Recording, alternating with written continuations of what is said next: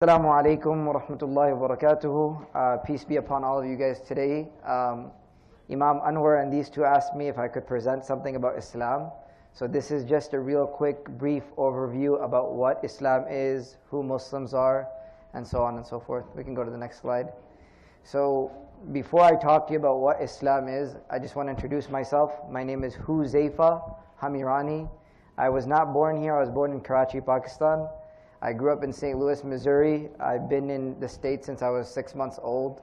I attended a public high school and I graduated in 3 years.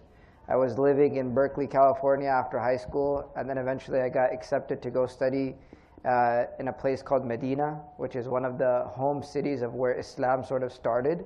And so I essentially dropped everything and went to the desert, and I started studying Islam over there. And I spent about 6 years studying Islam there. And eventually I came back and I started serving the Muslim community, first in South Carolina, then in my home city of St. Louis, and now I'm here in Austin with all of you beautiful people. We can go to the next slide, inshallah. So before I start talking, if you want to interrupt me, that's okay. Go ahead, feel free to interrupt, ask any questions. Our Prophet, he said, indeed all actions are based off of their intentions. And so my intention today, while I'm presenting about Islam, is that we learn from one another, so that we grow in love, we grow in respect, tolerance, mutual harmony, cooperation. And as I present these views, they might not be the same as your views. And so you might disagree, but I'm only just presenting the viewpoints of Islam. Next. Okay, so what is Islam? Islam, the word Islam comes from the word submission. It means to submit to the will of God. How do we submit to the will of God? Our mind, our heart, and our limbs, all the different parts of our body, they submit to the will of God, to the will of the divine. And we do this based off of revelations, based off of books like the Gospels, like the Torah, like the Quran, through chosen prophets, starting with Adam and ending with the Prophet Muhammad. And in between you'll have Moses, Jesus, David, Joseph, all of these different prophets that came to remind people to submit to the will of God. And so anyone who believes in Islam and anyone who submits their will to God, this person is called a Muslim. And the central creed of all the Muslims, and what every single Muslim believes in, regardless of denomination, regardless of background, regardless of where they're from, is this basic statement right here, which is there is no deity worthy of worship except God himself, and that Muhammad is the final messenger from amongst a long list of messengers. And so this is exactly what Muslims believe, and this is actually also the way that if somebody ever decides to come over to the Muslim faith, all they have to do is say this statement, and they're Muslim. We can go to the next slide. So some statistics about Muslims. You might be wondering, I'm talking about Islam, but why am I talking about statistics? I'm talking about statistics because you can never divorce any religion from its actual people. The people are something that actually matters as well. So if you look around the world, there's about 1.8 billion Muslims. About 24% of the world is already Muslim. And Muslims, they come in all shapes, all sizes, all colors. You can just look in the room right now and you'll find Muslims of all different types. And one stereotype that a lot of people have is Muslims equal Arab. That is not true. There are Muslims that are definitely Arab. There's also Arabs that are Christian, right? There's people, your race doesn't define what religion you are, right? And so you'll find that the nation that has the largest population of Muslims is actually Indonesia, right? And so it doesn't matter where you're from. It's all about the state of your heart, your mind, and your soul when it comes to submitting to God. If you look in the United States of America, you can read some of these statistics. 75% of all adult Muslims have been in this country since before 2000. And you can see all these different percentages of all the different types of Muslims there are. And currently there's about 3.45 million Muslims in the United States. You can go to the next slide, inshallah. So there's another misconception about Islam. Islam started 14 centuries ago in the desert by a man named Muhammad. That is partially true, but partially not true. Why is it partially not true? That's the question that we have to ask. So we as Muslims, we believe that there was a point in time where God created all of humanity, and he put them in the realm of souls. And he asked all the souls from the beginning of time till the end of time that Am I not your Lord? And to this, all of the souls affirm that you are our Lord, and we submit. And so this is known as the point of covenant, where each person sort of signs a deal with God saying that I will recognize you as God. Right? I will recognize you, and I'll seal my moral responsibility to live a good life, to be a righteous person, to believe in your lordship, to believe and worship you alone, and to affirm your beautiful names like being the most merciful, the most compassionate, the most kind, and so on and so forth. And so for us as Muslims, we believe that Islam started way before 14 centuries ago, and that all of these different prophets that came were simply just trying to connect people back to God. And so there's a story, many of you probably heard of it, the story of Adam. In the story of Adam, there's different versions of it based off of where you grew up, based off of your faith, based off of your tradition. For us as Muslims, we believe that God created Adam, and God created the devil. The devil is essentially Adam's enemy, and so on and so forth. And eventually, the devil persuades Adam and his wife to commit a mistake. It is not the fault of his wife, and neither is it his fault, but it was something that the devil caused them to do. And eventually, they realize their mistake, they repent to God, and God, He forgives them. And then they come to this earth. Adam and his wife coming to this earth is not a punishment according to us Muslims. We believe that it was always the part of God's plan. We believe that God had destined Adam, the first man and the first woman, Eve, to be on this earth, to be representatives of God, and to build civilizations, and to worship God alone. And so this is why you find this final verse, then Adam received some words from the Lord, and he accepted his repentance, and he is the ever relenting, meaning he is the most forgiving. Anytime you want to ask God for forgiveness, He lets you go for things, and He is the most merciful. So that's when Islam really started. We can go to the next slide. So you might be wondering in your mind, okay, well, if Islam started so many centuries ago, according to you as a Muslim, why do you need Muhammad? You said that Muhammad is your final prophet. Well, we as Muslims believe that Muhammad is a prophet who follows the teachings of all the previous prophets before, from Adam, Noah, Moses, Jesus, etc. You could think of them as like different iPhone updates. They're all coming from the same place, right? So they're just different dispensations of the same exact thing. So he didn't come to create something new, but he simply came to affirm the truth of the previous creeds.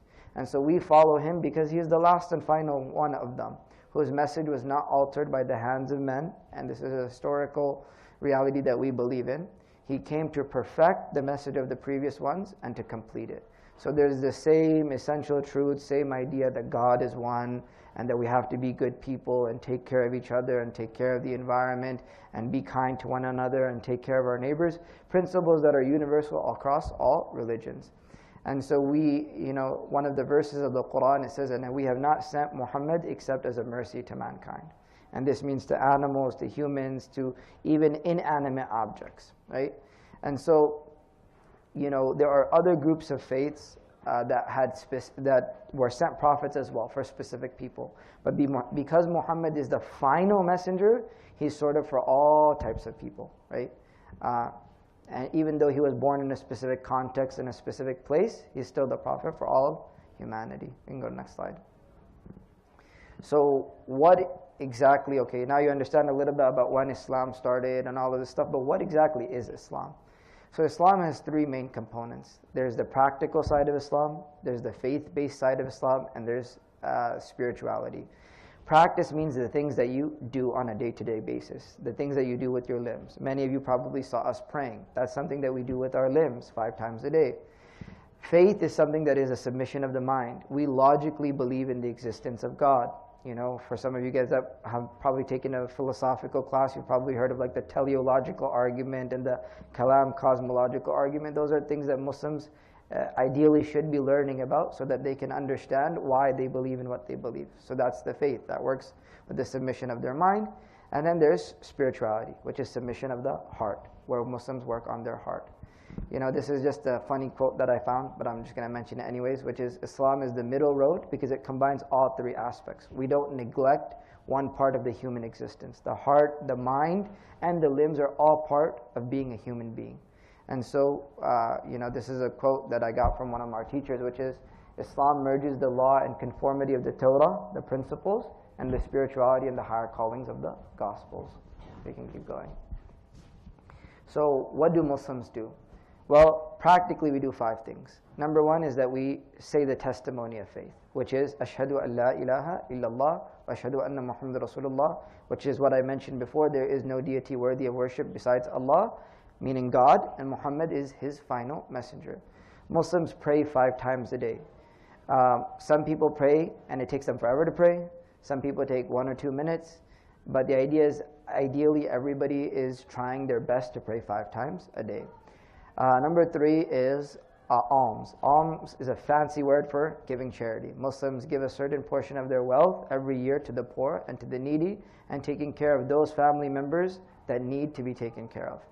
Number 4 is that Muslims fast in the holy month of Ramadan. If you come here in the month of Ramadan, you'll probably find Muslims around sunset time eating a bunch of tasty food. So you might want to just crash the party for that. That's something that you can do. Number 5 is that Muslims, they go to pilgrimage once in a lifetime if they're financially and physically able to. I recommend that if you really want to understand this 5th point, you probably should watch the biography or the movie that talks about Malcolm X, and you'll see exactly what Hajj is about. So these are the 5 things that we do. As for the 6 things that we believe in as Muslims, we believe first and foremost in God, and subsequently, because we believe in God, we believe in His angels, His prophets, His messengers, the Holy Scriptures, the Day of Judgment, and divine destiny and decree. And obviously all of these have different details that we can gloss over, but this is just a brief overview. So we'll keep going. Then, in terms of spirituality, so we said we work on the mind, we work on the limbs, but we also work on the heart. In Islam, the heart is not only just a physical organ, but it's a spiritual organ, right? If you look at today's research, you'll find that the heart also has neurons. About 40,000 neurons are in the heart within itself. And so we say that the Muslim's job is not only to do the physical prayer and not only to just believe in God and all of this stuff, but to also work on their hearts, to work on the diseases of the heart to achieve this inner peace and moral excellence. We can keep going. So you're going to find a bunch of diseases right here. So a person might be afflicted with arrogance. They might think they're better than somebody else. They might be envious of other people. They might have greed. They might have anger. They might show off, right? The ostentation is a fancy word for showing off, right? They might have malice. They might just hate people's guts. Or they might just love this world so much that they're, drowned in materialism. So these are some of the diseases that a Muslim would work on and try to fix his heart with. So we can keep going. So the purpose of spiritual work in Islam is that Muslims, they strive to purify their heart from these spiritual illnesses, aiming to attain virtues like sincerity in terms of their actions, gratitude, compassion. And so they do things like prayer, reflection, self-accountability. They'll listen to a boring guy like me lecture them. That's another way that they do this kind of stuff, right?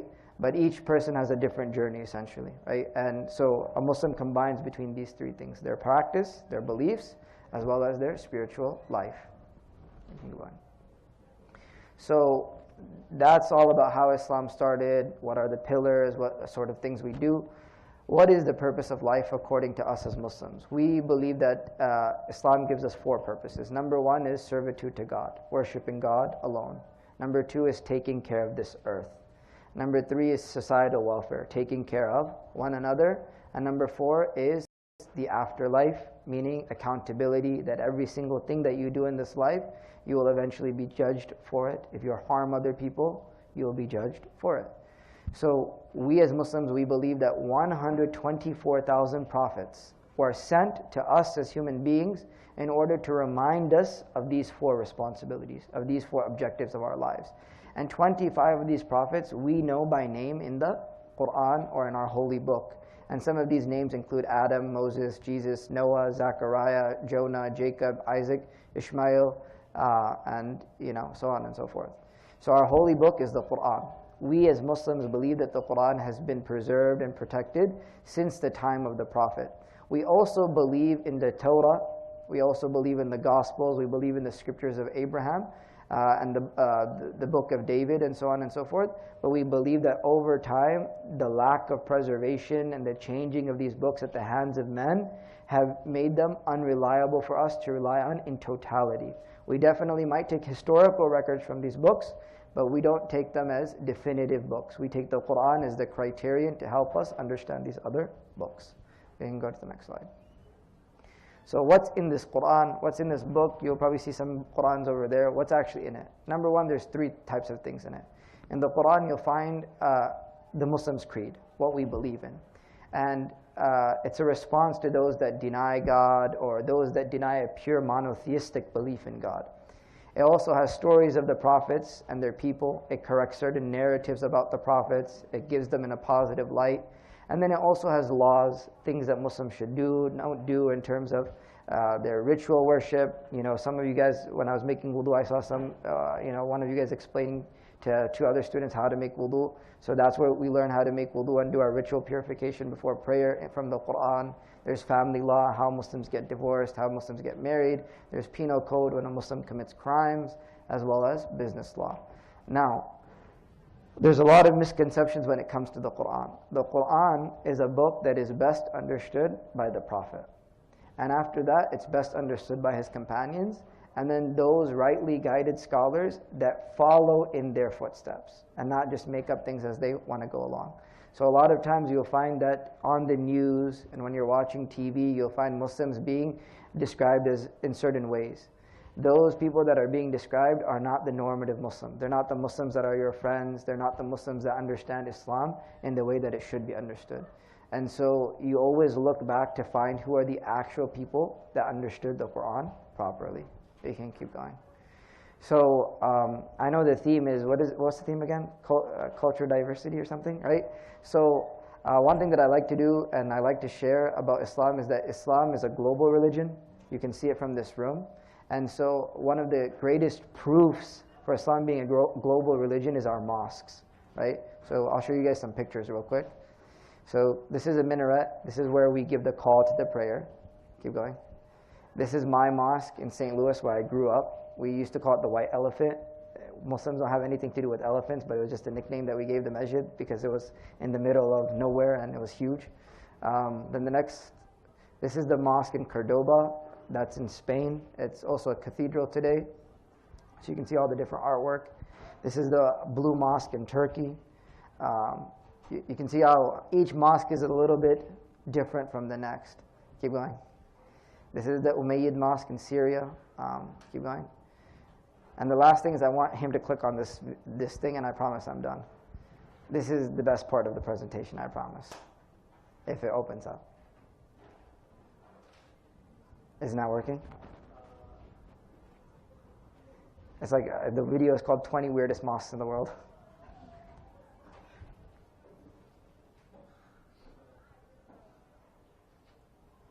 Are you opening it up on Messenger? Should I send it separately? Okay, there you go. So you can start from the beginning. So usually there's music in the background or like some nasheed, but khalas, no problem. So you can see there's different types of mosques in different parts of the world. Each country sort of bringing in their own style, own flavor, right?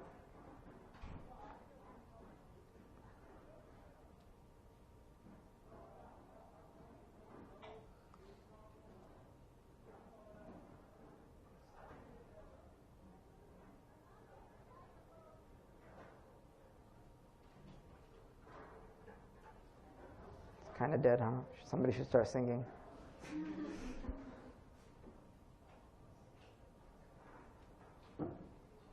Right. So.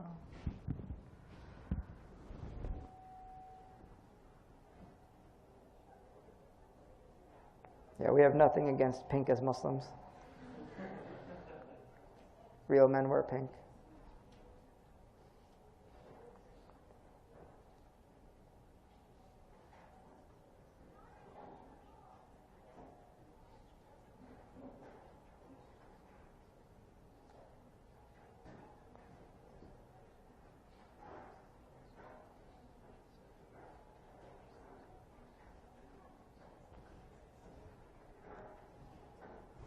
I'm done after this, I promise.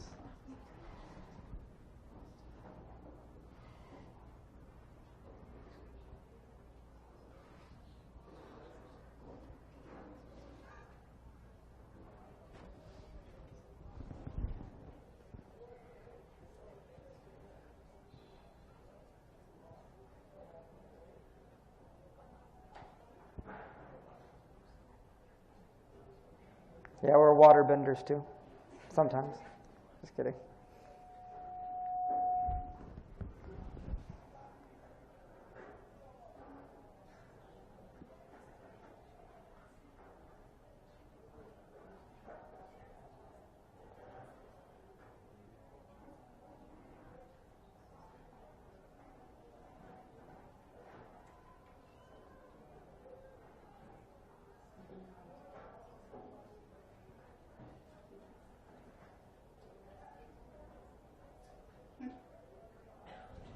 Yeah. So the reason why I show this video to a lot of people is that essentially mosques, depending on where you go in the world, they sort of pick up the culture, the art, the customs of the countries that they're in, right? Anyways, that was the presentation about Islam. If you guys have any questions, you can ask. Otherwise, I think you guys have the student panel, right? So, yeah.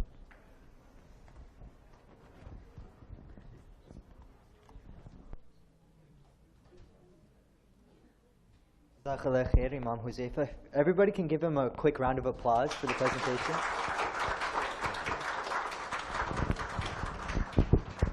Right. So, mashallah, I'm pretty sure we've all seen it around us, just how beautiful Nueces Mosque truly is. Just thinking about where we are right now. Nueces Mosque was the first masjid to be established in Austin, right?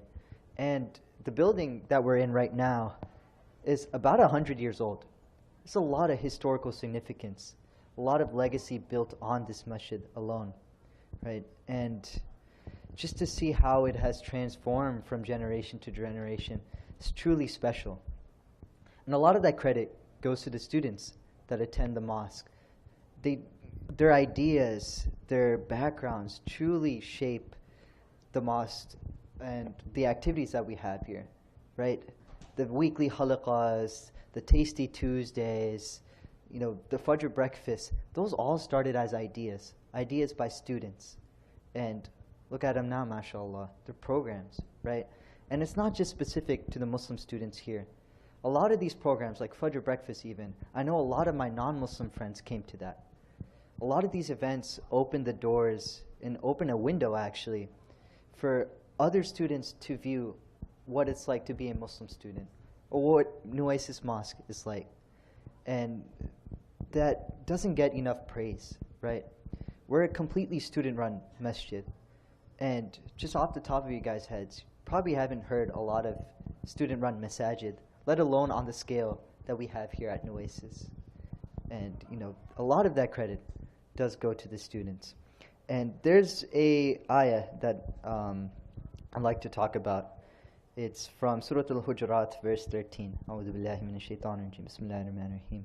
يا أيها الناس إنا خلقناكم من ذكر وأنثى وجعلناكم شعوبا وقبائل لتعارفوا إن أكرمكم عند الله أتقاكم إن الله عليم خبير.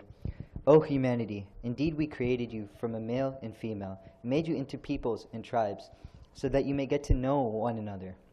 Surely the most noble of you, in the sight of Allah, is the most righteous among you. Allah is truly all-knowing and all-aware. Something that really pops up to my mind, something that really is highlighted from this ayat, is we made you into peoples and tribes so that you may get to know one another. Look to your left for me, to the person next to you, to the person to your right. Right? Everybody's from a different background, different culture, different race. And we're all here gathered together at Nueces, right? Those people that you just looked at have different experiences, different ideas, and probably already put it into place here at the masjid. And that brings me to my next thing, is I'd like to highlight some students, or bring some students to come up for a student panel. Students that have been a part of our community and have done a lot of work and truly have been an inspiration to not only me, to other students as well. So please welcome Rayan, Abdullah, Heba, and Shayma.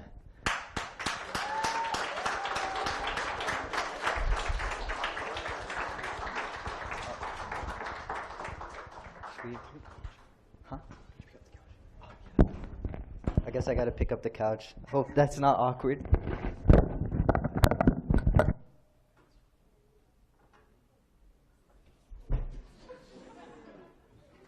didn't know we were running a comedy show here.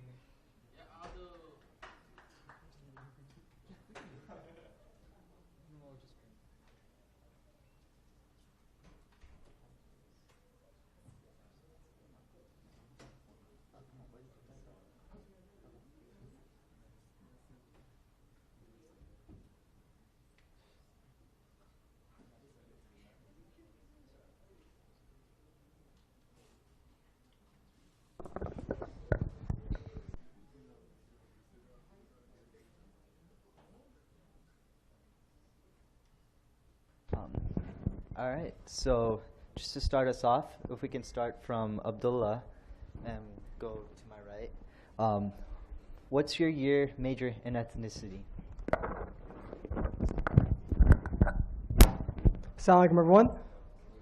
My name is Abdullah Swafta. I did my undergrad here at UT studying international relations, and I'm currently pursuing my master's in public affairs at the LBJ School, and I'm ethnically from Palestine.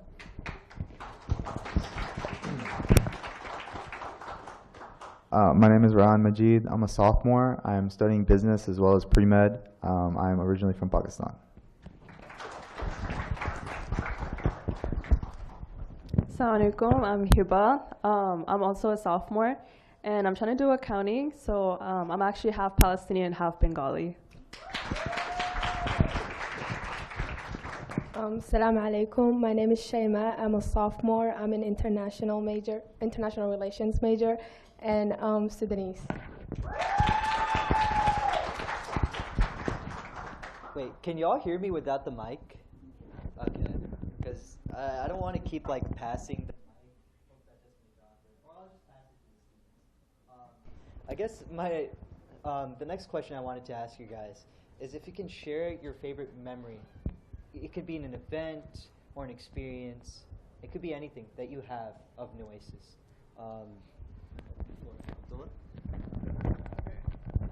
Okay, to be honest, when I'm asked this kind of question, it's really hard for me to answer it. Because like for me, like Nueces the past couple of years has been just an amazing place. So it's hard for me to pick like a specific memory, event, or just experience I've had. But I think I can pick like a highlight from the past couple of years. It was an event that was held about 2 years ago in the spring of 2023.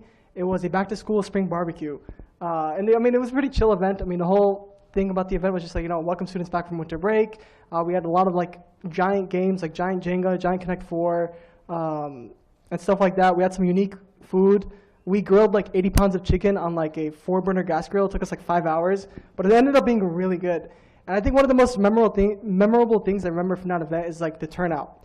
It was like first couple weeks of the semester, we expected like 100 people to come, but it was over 200 students. There were some families. There was some just people from all around Austin who came. And I remember that moment, like just the sheer amount of people who came, and just to have like a fun moment. And it shows like this place is a mosque, yes, and we come here for programming and to grow in our religion, but it's also here a place to bring the community together and just for us to have a good time. For me, this question is also kind of interesting because I mean I love being here and I've had so many memories every day that come to mind, but one event kind of sticks out amongst that, and I tell this story every year when I'm asked to, but my first experience at Nueces was while I was still in high school. So during my senior year of high school, it was during the month of Ramadan, which is when Muslims fast, and so it's a very like spiritual experience, and there's a big community aspect behind it, but where I grew up, there wasn't really a large Muslim community. I didn't really have kind of that support system, so I was kind of thugging it out alone. And so I ended up going to UT on like a kind of campus visit to visit one of my friends here.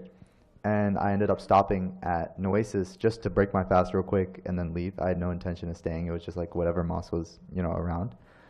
And as I broke my fast and getting ready to head out the door, some random guy I'd never met before stopped me, and he was like, "Oh, like, you don't look like you're from around here. Who are you?" Like, I was like, I don't know. Like, he asked for my whole life story, and he was like, he genuinely cared about who I was. I was like, what's going on right now? So basically, I told him that, I'm a student in high school, and I was actually planning to go to another university. I had no intention of going to UT. and he was not having that. So he grabbed me by the arm and dragged me to all of his friends and had them convince me to come here instead. And I was like, why do these people even care about me? Like, it was my first experience having a Muslim community, and it was so jarring that people who I'd never even met before genuinely wanted to be around me and genuinely cared about me for the sake of Islam.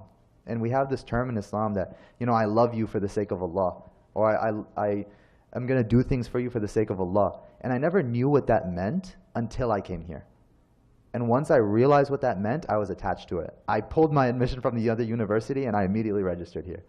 And so I think that's like the catalyst that really started my journey at Nueces, and is definitely a moment I'm never going to forget.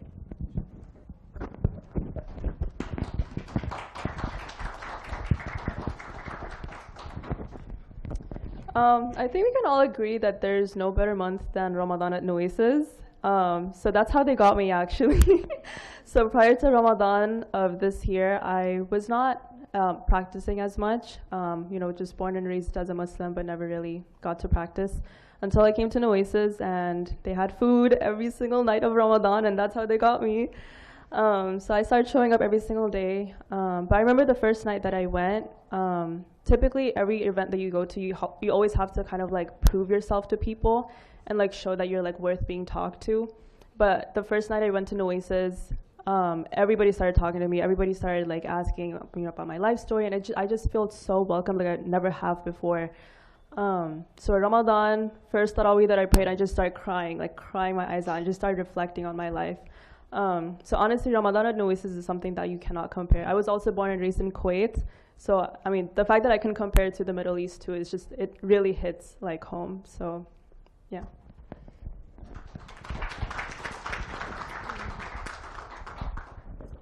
My favorite event at Nueces is the milk and cookies.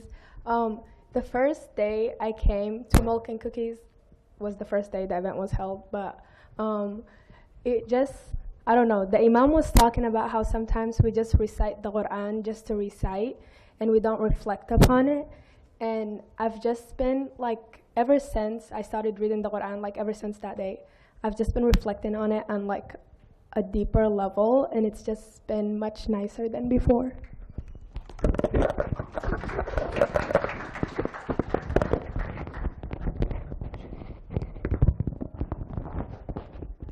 That was truly beautiful. Like, just getting to hear what brought you to Nueces from each one of y'all, something special, really. Like, each experience was different, right? And I'm sure a lot of us in the crowd also have that same experience or our own experience. So, mashallah, huge round of applause to those guys. My next question is to Rayan and Hiba, which is, how has Nueces impacted your relationship with Islam?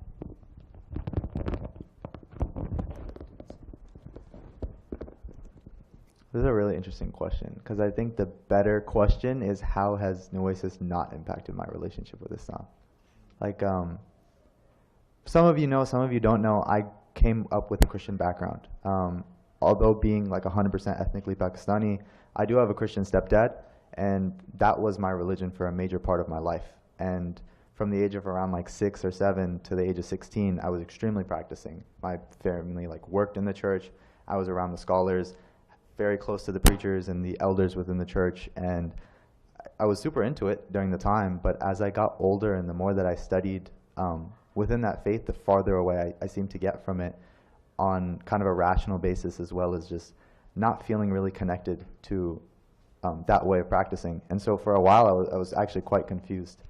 And around the age of 17, I started looking into Islam. It was like COVID time, you know, we just spent too much time on the internet. So I started finding random videos about Islam, and I was like, it's a part of my root, it was a part of like obviously my cultural identity, but it was never something that I'd learned anything about. And I felt very disconnected from a certain part of like kind of my culture, and so I decided to, you know, give it a shot, maybe learn a little bit more about that.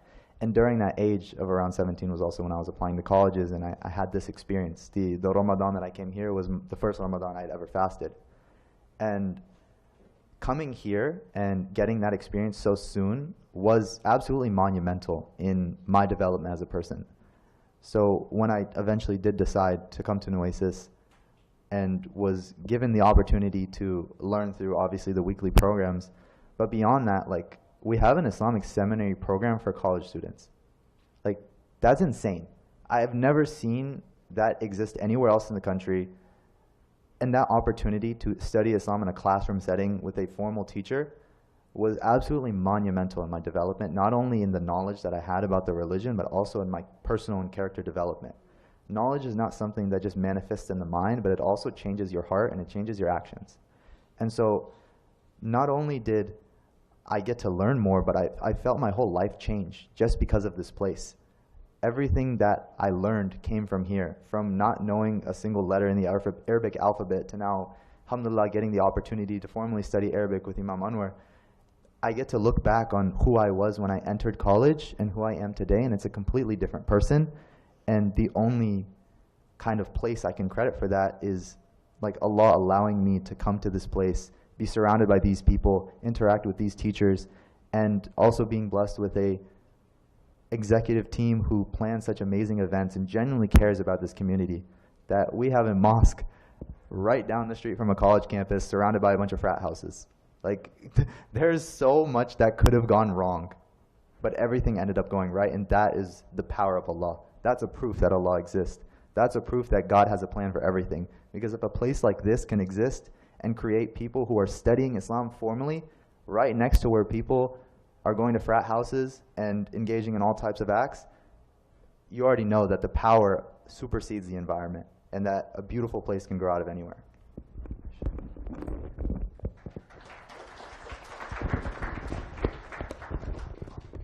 Okay, so how has Nueces impacted my relationship with Islam? It's crazy. So before that, as I've mentioned, I have, born and raised Muslim. So my first night in Ramadan, I was crying. Like, I think there was just like a switch that kind of clicked, and I was like, what am I doing with my life? You know, like, especially as a college student, we tend to have like an identity crisis of like, who exactly am I? You know, like all of these questions go through your head. And I guess I had that switch, and I started thinking and reflecting on my relationships, like with my friendships and my family and all of that. And you never realize how selfish or how bad of a person you've become until you kind of have that click and step out of it. And yeah, like I just started crying my eyes out, and I started reflecting and how Nueces has been so welcoming and so like, just they really care about you for the sake of Allah. Like, they really care about you for the sake of God, and they don't expect anything in return, you know, like all the food and everything like that, they don't expect anything in return. Like, if anything, they just want you to come here and really enjoy your time at Nueces and really build your connection with Allah. And even just like memorizing the Quran and all of that, like there's so many resources at Nueces that, you know, you don't really find anywhere else. Like, you have to kind of like scourge. And the fact that like God has put you in this position, like in this community as the only student-run masjid, is a blessing in itself, you know. And I kind of had to take that decision on my own and realize like, how exactly do I want to spend the rest of my college years, and make it a meaningful experience. So Nueces, you know, just because of how welcoming they've been, showing up every day, like there's, yeah, like I love Nueces.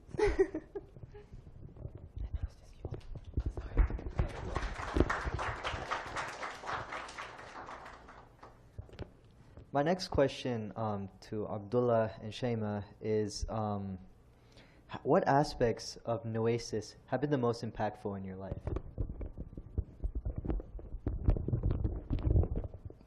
That's a really good question. So when I think about the past couple of years and like my time here at Nueces, like Nueces in general has had a fundamental impact on my life. Like I don't know who I would be today without Nueces.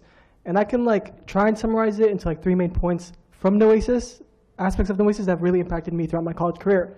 The first would be the community, the second is the programming, and the third is our Imam Anwar.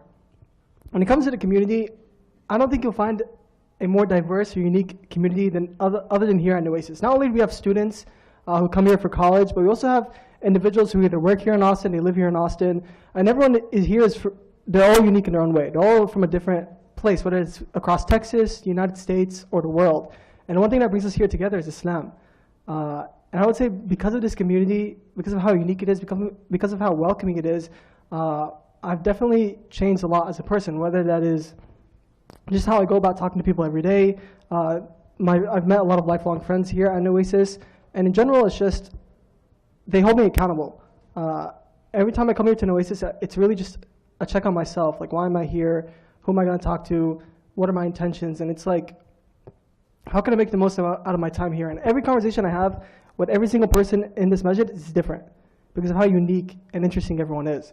And then from there, it shifts to the programming. Again, like, I don't think you'll find a mosque that is more unique and special as Nueces. You have weekly programming, whether it's just regular talks or a Quran class every Wednesday and Thursday, whether it's an event going on, it's a halaqah, or the Islamic seminary that Rayan was talking about. Each of these provide an opportunity for you to not only just grow in your Islam, but also to just have a social and fun time.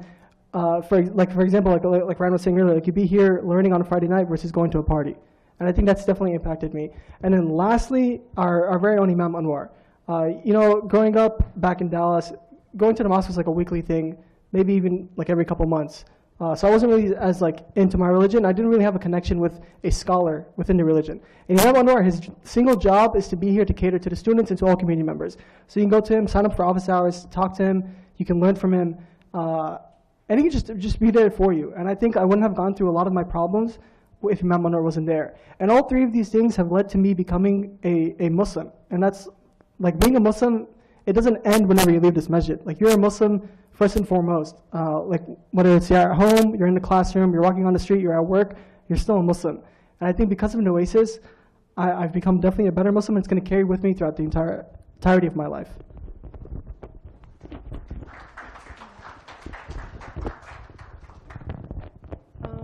I would say the community has like completely transformed my character. I used to make dua and say, Ya Allah, please bring me closer to those you love and those who love you. And I started coming to Nueces a lot the beginning of this semester. I didn't really care for it last semester and the semester before. But this semester, I started coming a lot, and I formed a lot of new connections with a lot of great girls. And I think the community here is very welcoming and very accepting and very supportive, and it has brought me closer to Allah, and also it just made me fall in love with the religion even more. Yeah, that's all.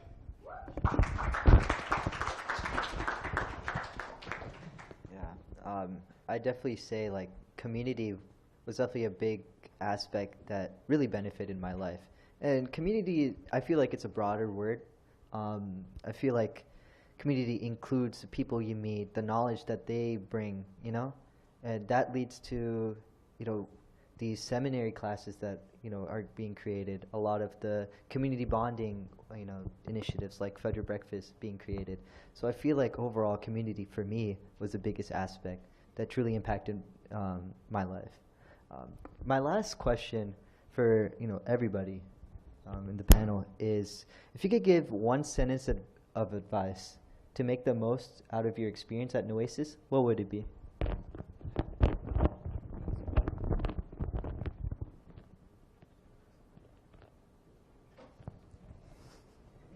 Okay, don't wait until your last year to get involved. Can I elaborate on that? And what I mean by that, so in general, college is a very unique time in someone's life. Like, you're here, first of all, obviously to prioritize your education, but you're also here to, you have a sense of freedom. You can explore other, whether it's organizations, work, or just different aspects of, your professional career. And initially, you could brush a place like Nueces off. They're just thinking like it's another mosque. But once you realize how unique this place is, that's when you really get hooked in. Because nowhere else in the United States are you going to find a mosque couple minutes from campus that's completely student-run, that's catered for students and just everyone in general. You're not going to find it anywhere elsewhere. And whenever you leave college, you're not going to have something like this. You're going to be in the real world. You're going to be working. You might be isolated from your closest friends, from your family. And it's going to be the experiences here and what you've learned that's going to carry on with you. Because once you leave this place, you're going to be tested. Your religion's going to be tested. And if you don't have a strong foundation, then you could lose. And that's very scary. So I would say definitely don't wait until your last year, because a lot of the time you'll have a lot of older students who get involved during their senior year, and they'll wish they took advantage of this place throughout the past 4 years. And I'm not saying you have to be here all the time, but in general, just come to an event, come every week, just come for your daily prayers. And then from that, you'll build a stronger bond, not only with Allah, but with your community, and you'll become a better Muslim overall.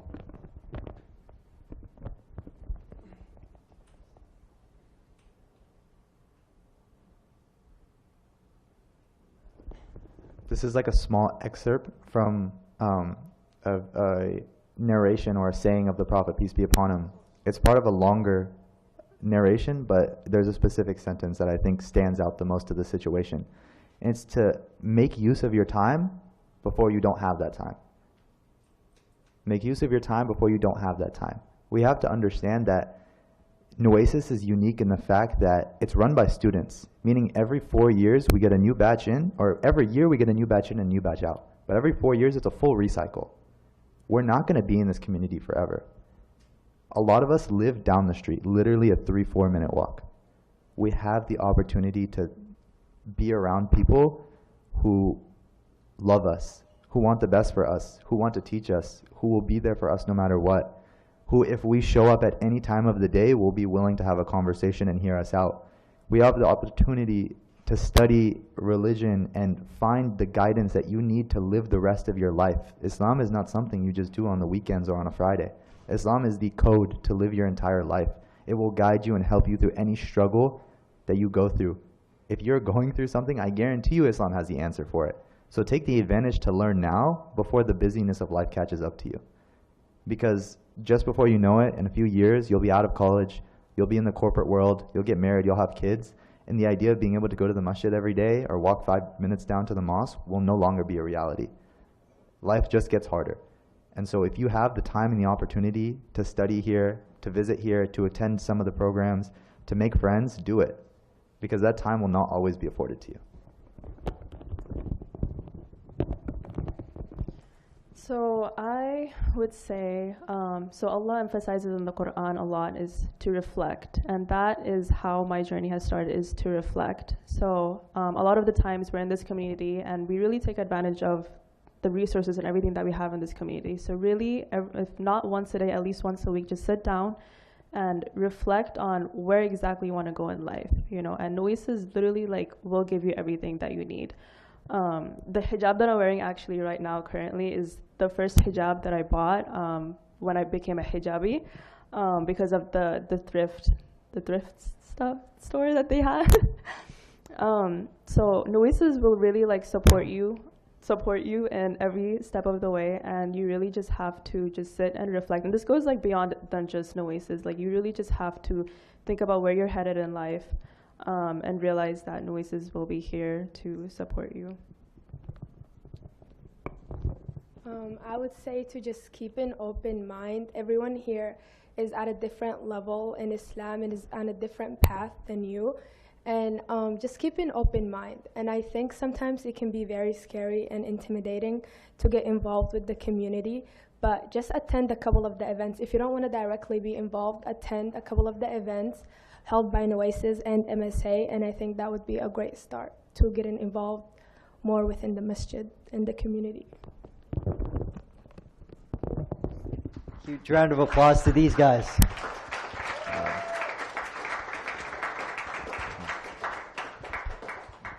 Inshallah, we'll be praying Isha soon, probably in 2 minutes, a minute. And right after Isha, we'll have dinner served by Z's Catering. So inshallah, stay for that as well. Thank you so much for being here, and Jazakallah khair, and have a great night, guys. Assalam.